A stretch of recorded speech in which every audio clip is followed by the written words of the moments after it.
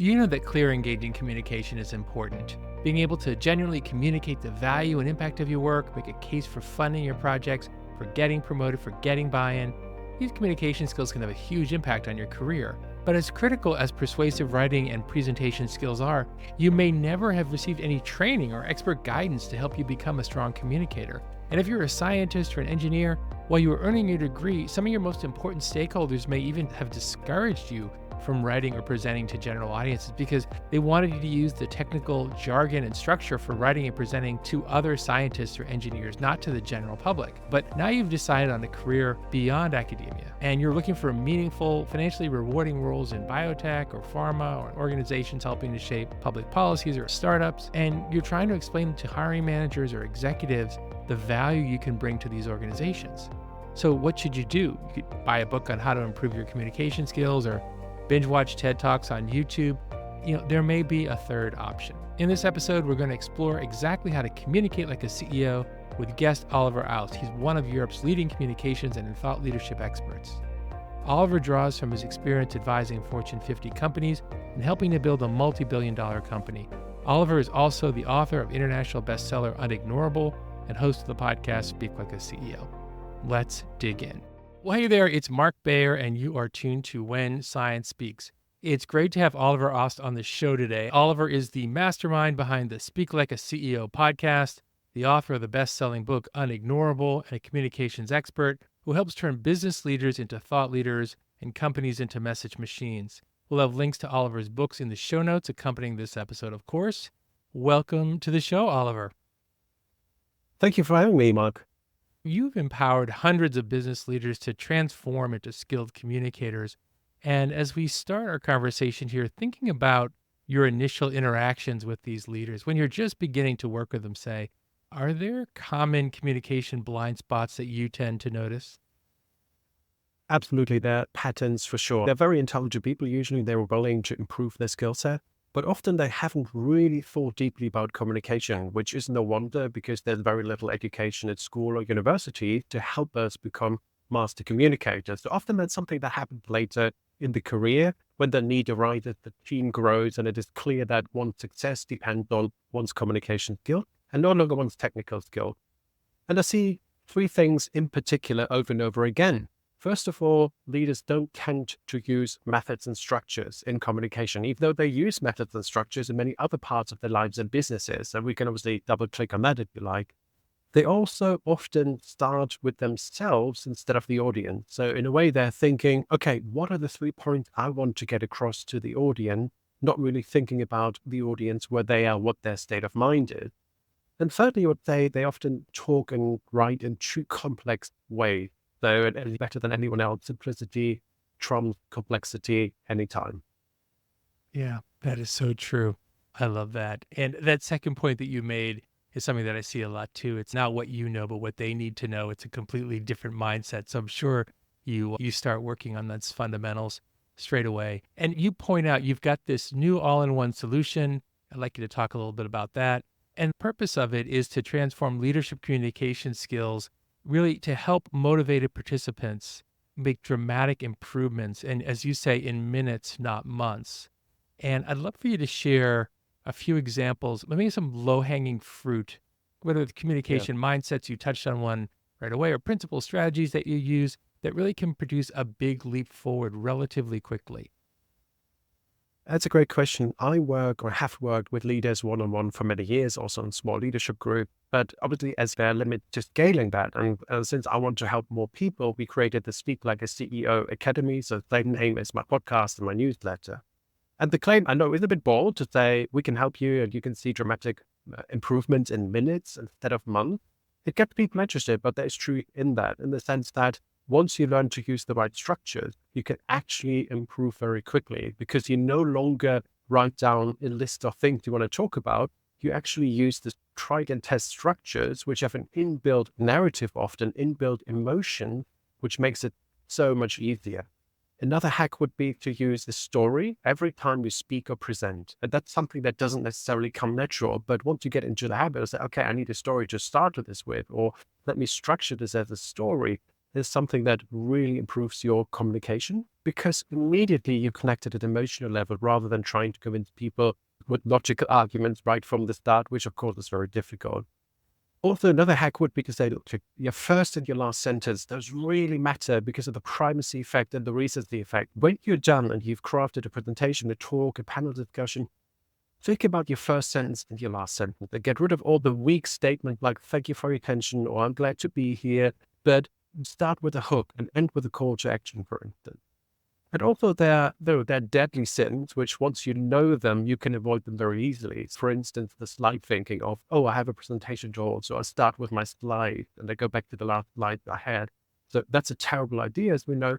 Much better to craft an outline and be clear about the story you want to tell. And then to think, okay, do you maybe need some slides for visual support rather than starting with a slide? Avoiding those pitfalls is as good as knowing some of these hacks that make presentations and talks so much easier.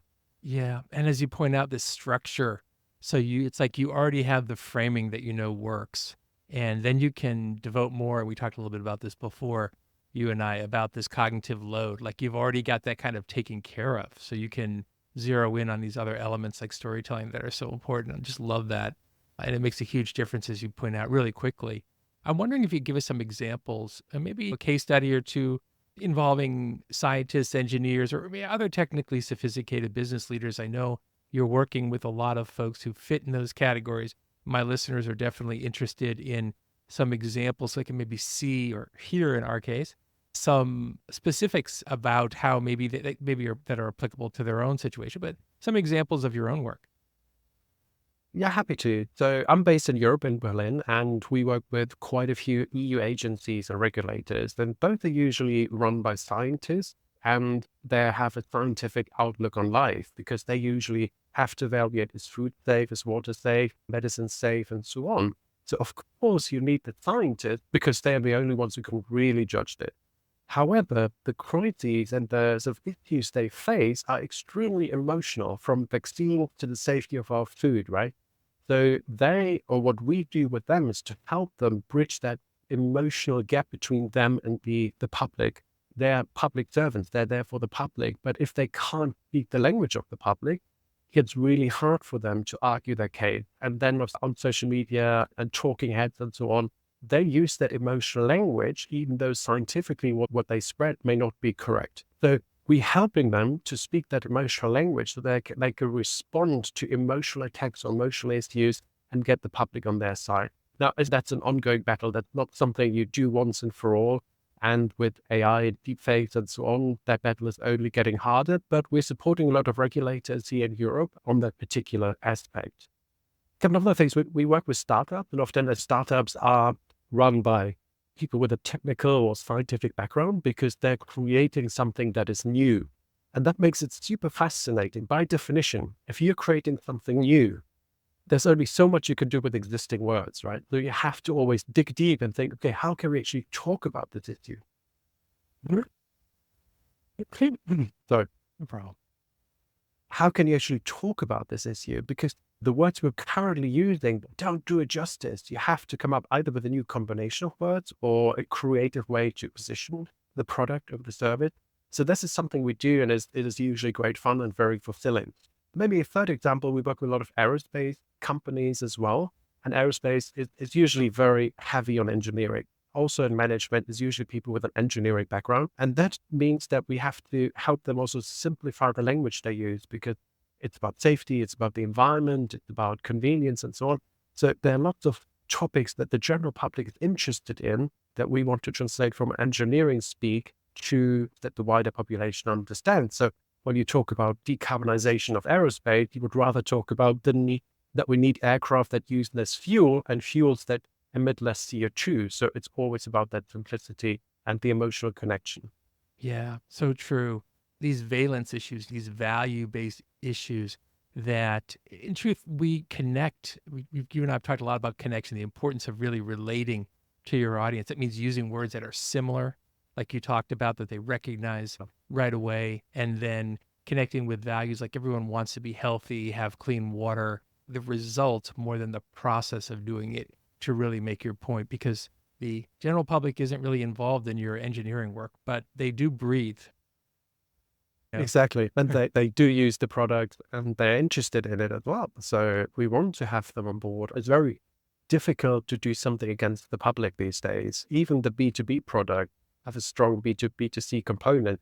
Now I'm using jargon. What I mean is that even if you build an aircraft, for instance, it used to be that you would only talk to your airline customers or the regulators, but now you have to talk to the wider public because they're concerned about emissions, for instance, or safety. So even though you're not selling to the broader public, they're still your audience. Yes, exactly. And when you're talking about policymakers, with my background in U.S. politics, policymakers respond to the public. So there's certainly an influencer that the public pays attention to, media, public. And so taking that kind of approach makes so much sense. I want to underline something that can sometimes be even a bigger challenge, or another challenge for many when they're learning new communication skills, which is that English isn't their first language. So if they're conducting business, say, in English, and you're working with them to improve their communication skills, period, or writ large, then there's almost like this intermediate step. Yes, they have to learn these communication principles and the structures that you're teaching them that are powerful in that work. And on top of that, they have to be comfortable doing that and applying those things in a language that is not their native language. So we're all over the world here. How do you approach that if the business is, let's just say English as an example, going to be conducted in English, and you're working with a business leader whose first language is not English? It is often the case, especially here in Europe. So there are 1.1 billion people on the planet who speak English as a second language, and often they speak English in business. English is the international language of business. But it's important to understand that 3 times more people have understand English as a second language than as a first language. And that maybe when you're in a place in America or the UK, it may feel a bit weird. It feels like maybe someone who doesn't speak English as a first language is an outlier in a way. But that's the norm, globally speaking, and most businesses are global. So this is a really important question as businesses and also universities and policymaking become more and more globalized. So how do you do that? In a way, you have 2 bridges to cross, right? You have that bridge to cross between your native language and English, and then you have the bridge to cross to make yourself understandable, to speak the language of the audience. So let's take a step back. And I think it's important to, first of all, get into the right mindset. And for me, that means, okay, don't be okay that you're on the okay plateau, because that's where a lot of non-native speakers are stuck, in my view. So of course they speak decent English. They used to conduct business in English, but it's one thing to have a sort of a jargon-laden conversation in a meeting with other people who are in your business or your industry. And once you rise through the ranks, to have conversations with the media, to be on stage, to persuade people, to talk to investors and so on. Different level. So I always tell people, look, good enough isn't good enough. You want to aim for excellence, because otherwise you are limited by your ability to speak English. People will not see you as that credible leader if you're held back by your linguistic capability. And there are a few hacks that are actually quite useful and served me quite well when I learned English and progressed as an English speaker over the years. I think you should choose your accent. You see that a lot in Europe that people speak or pronounce some words with a British accent and then with an American accent. I know that confuses native speakers. Choose your accent. It's usually not that hard because most people maybe studied in the US or studied in the UK, and it comes quite natural, but just to be consistent. Also be aware of your accent. I say, don't just choose your accent, but lose your accent if you can. I know this is controversial. I get a lot of pushback for that, but let me tell you what I mean. I think that having a typical accent, so if I wanted to mock a German accent, I'm German, so I'm allowed to do that. I can say, I'm the German, so you have to play by the rules. It is very obvious how I do that. And very 80-20. There are a few nouns and a few vowels that are pronounced differently between English and German. You just want to be aware of them. So Germans struggle with the TH, right? So that what comes out as a Z or something else. So you want to make sure that you're aware of those, work with a code or just record yourself and work on those few letters and nouns that are maybe different in that other language, in English from your own language. And then, of course, there are certain false friends or just certain vocabulary you want to know, right? False friend that sounds right. It sounds like I'm speaking English, but actually I've just translated from my own language. And translation is not localization. It's not really understanding a language. Often you hear French speakers say something like, me, I am, or me, I like to do this, because in French you said, moi, je, as you know, as a French speaker. So there's some peculiarities you should be aware of that just don't translate well. It comes back to being aware of the language we use and putting some work and effort into just improving that. And I think the rewards are actually I think the rewards are credible and they are significant. So I think it does make sense. And working with a coach and just being mindful of your pronunciation and the vocabulary can go a long way. Yeah, so true. And thinking about, we're almost at 300 episodes or so of When Science Speaks, and some of the best science communicators, people who are able to really translate complexity in ways that are accessible and engaging and not word for word, of course, are bilingual, because when they get to a certain level, like at your level, you're a fluent English speaker, you know that you can't do the word for word. You can't do the moi, je, me, I kind of thing.